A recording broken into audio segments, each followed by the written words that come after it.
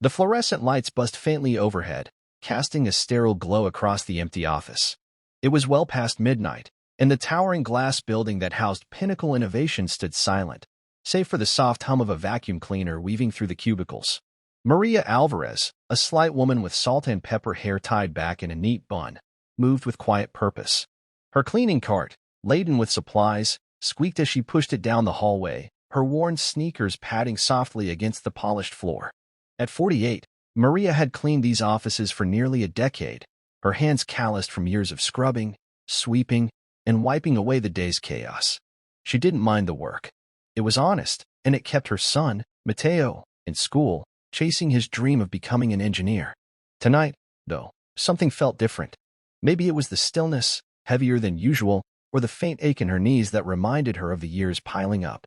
She paused by a window, catching her reflection in the glass, a silhouette against the glittering cityscape of Chicago. The skyline always took her breath away, even after all these years. It reminded her of the dreams she'd once had, back in Guadalajara, before life had swept her across borders and into this quiet, solitary routine. Maria shook her head, brushing off the nostalgia. She reached for her old portable speaker, a gift from Mateo, and set it on her cart.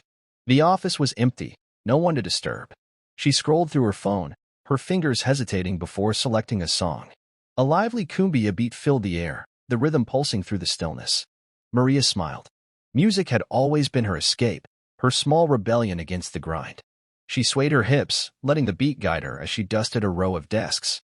Soon, she was spinning, her mop a makeshift partner, twirling through the cubicles with a grace that belied her tired limbs. She laughed softly to herself, lost in the moment, unaware of the figure standing in the shadows of the executive suite.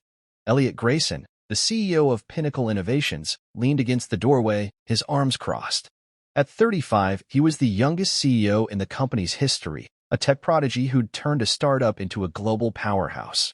His sharp suit was rumpled, his tie loosened after hours of poring over financial reports. He hadn't meant to stay this late, but the board meeting tomorrow loomed like a storm cloud. He'd been pacing his office when the music caught his ear, a sound so out of place in the sterile corporate world he'd built. Curious, he'd followed it, expecting a rogue employee or a security breach. Instead, he found her. Maria spun again, her laughter echoing faintly, and Elliot's lips twitched. There was something disarming about her joy, so unguarded and pure. He'd seen her before, of course, one of the cleaning staff who slipped in and out like ghosts. But he'd never really seen her until now. Her name tag glinted under the lights, Maria. He watched as she danced, her movements fluid and unself-conscious, transforming the mundane into something almost magical. For a moment, he envied her, this woman who found joy in a mop and a song, while he drowned in spreadsheets and shareholder demands. Maria's song ended, and she paused, catching her breath. She switched off the speaker, the silence rushing back like a tide.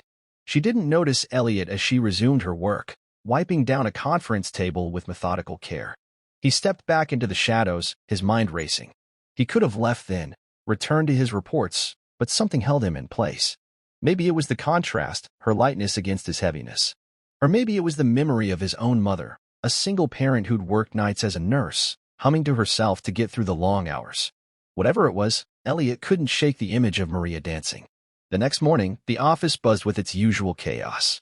Employees streamed in, clutching coffee cups and laptops, their voices overlapping in a symphony of deadlines and deals.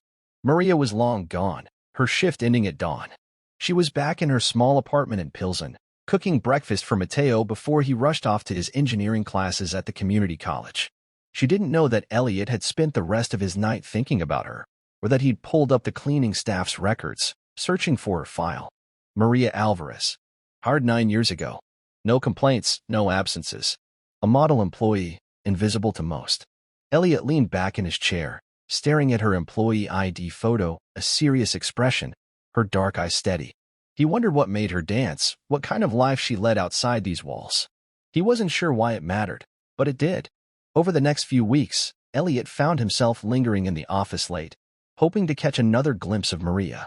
He didn't know what he was looking for, maybe just that spark of joy again. He saw her a few times, always alone, always with her music. She never noticed him, and he never announced himself. It felt intrusive, somehow, to interrupt her private world.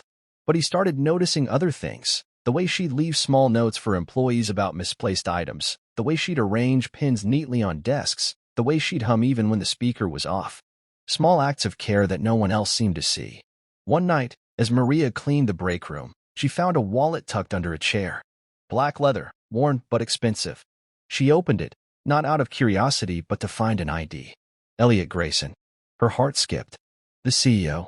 She'd never met him, but his name was a constant hum in the office, whispered in awe or frustration, depending on the day. She slipped the wallet into her cart, intending to drop it at security. But as she pushed her cart toward the elevator, she noticed a folded piece of paper that had fallen out.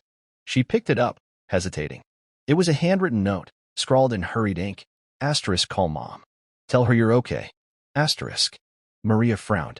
It was such a human thing, so ordinary, from a man who seemed larger than life.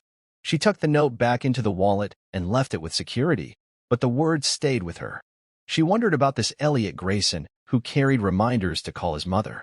She wondered if he was as untouchable as he seemed. Elliot found the wallet on his desk the next morning, the note still inside. Security mentioned a cleaner had turned it in. Maria. He felt a pang of something he couldn't name. Gratitude, maybe, or curiosity deepening into something more.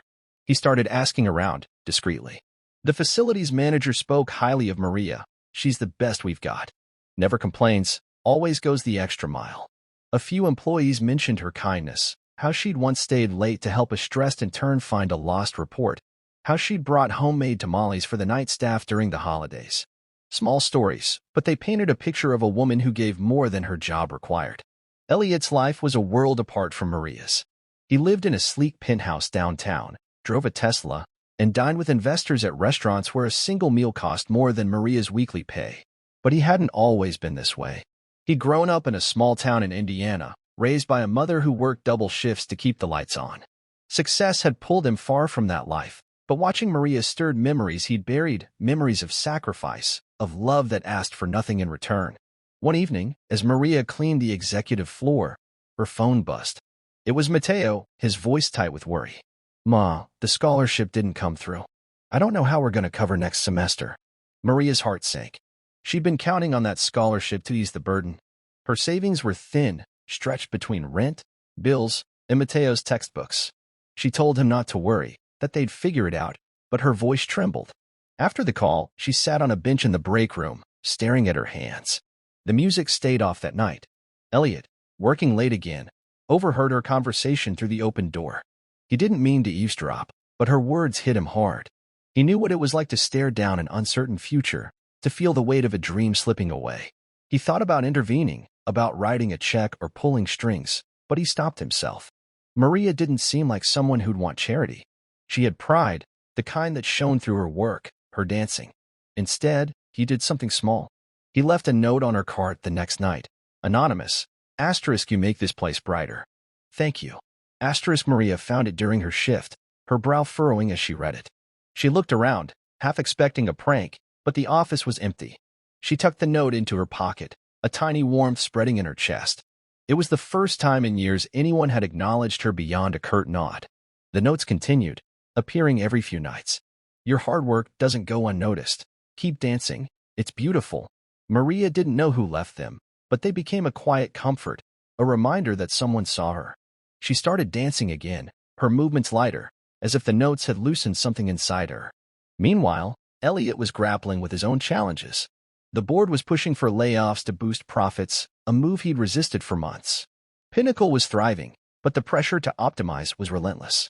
He spent sleepless nights weighing numbers against names, profits against people.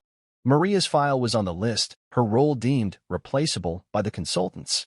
The thought made his stomach twist. She wasn't just a name on a spreadsheet. She was the woman who danced, who turned in wallets, who left notes for others without expecting anything back. One night, as Maria cleaned the boardroom, she found a stack of papers left behind after a meeting. She didn't mean to read them, but a bolded word caught her eye: layoffs. Her breath caught as she scanned the page. Her name was there, along with dozens of others, janitors, assistants, entry-level staff. The document outlined cost-saving measures, cold and clinical. Maria's hands shook as she set the papers back in place. She thought of Mateo, of the tuition due, of the life she'd built on this job. She didn't cry, she wasn't the type, but her steps were heavier as she finished her shift. Elliot, working late again, saw her leave the boardroom. Her face was composed, but her eyes were distant, and he knew she'd seen the document. Guilt gnawed at him. He hadn't made the final call yet, but the board was leaning hard. He wanted to say something, to explain, but how could he? He was the CEO, the one with power, and she was Maria, the cleaning lady who danced. The next day, Elliot called an emergency meeting with the board. He argued passionately, citing employee morale, loyalty, the human cost. The board pushed back, but Elliot was relentless. He proposed an alternative, a voluntary pay cut for executives, himself included, to preserve jobs. It was a risky move, one that could have cost him his position, but he thought of Maria, of her notes, of the way she moved through the world with quiet dignity. The board relented, grudgingly agreeing to his plan. Maria didn't know any of this. She went to work that night expecting the worst, bracing for a pink slip.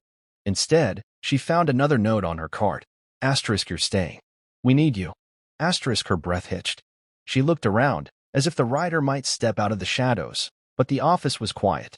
She clutched the note, her eyes stinging. For the first time in weeks, she turned on her music, letting the cumbia fill the air as she danced, tears mingling with her laughter. The following week, Elliot made a decision. He created a scholarship fund for employees' families, funded by his own bonus. The first recipient was Mateo Alvarez, whose application, submitted anonymously by a concerned colleague, highlighted his academic promise and financial need. When Maria got the news, she collapsed into a chair, sobbing with relief. Mateo hugged her, promising to make her proud, unaware of the quiet figure watching from a distance. Elliot never told Maria he was the one leaving the notes, or that he'd fought for her job, or that he'd funded her son's scholarship.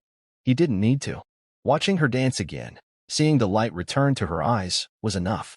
But Maria, in her own way, gave something back. One night, she left a note on his desk, slipped under a stack of reports. Asterisk, thank you, whoever you are. You've made a difference. Asterisk. The office didn't change much after that. The fluorescent lights still buzzed, the deadlines still loomed, and Maria still cleaned. But something shifted, subtle but real. Employees started noticing her more, offering smiles or small talk. The break room stayed tidier, as if people were finally seeing the woman who kept their world in order.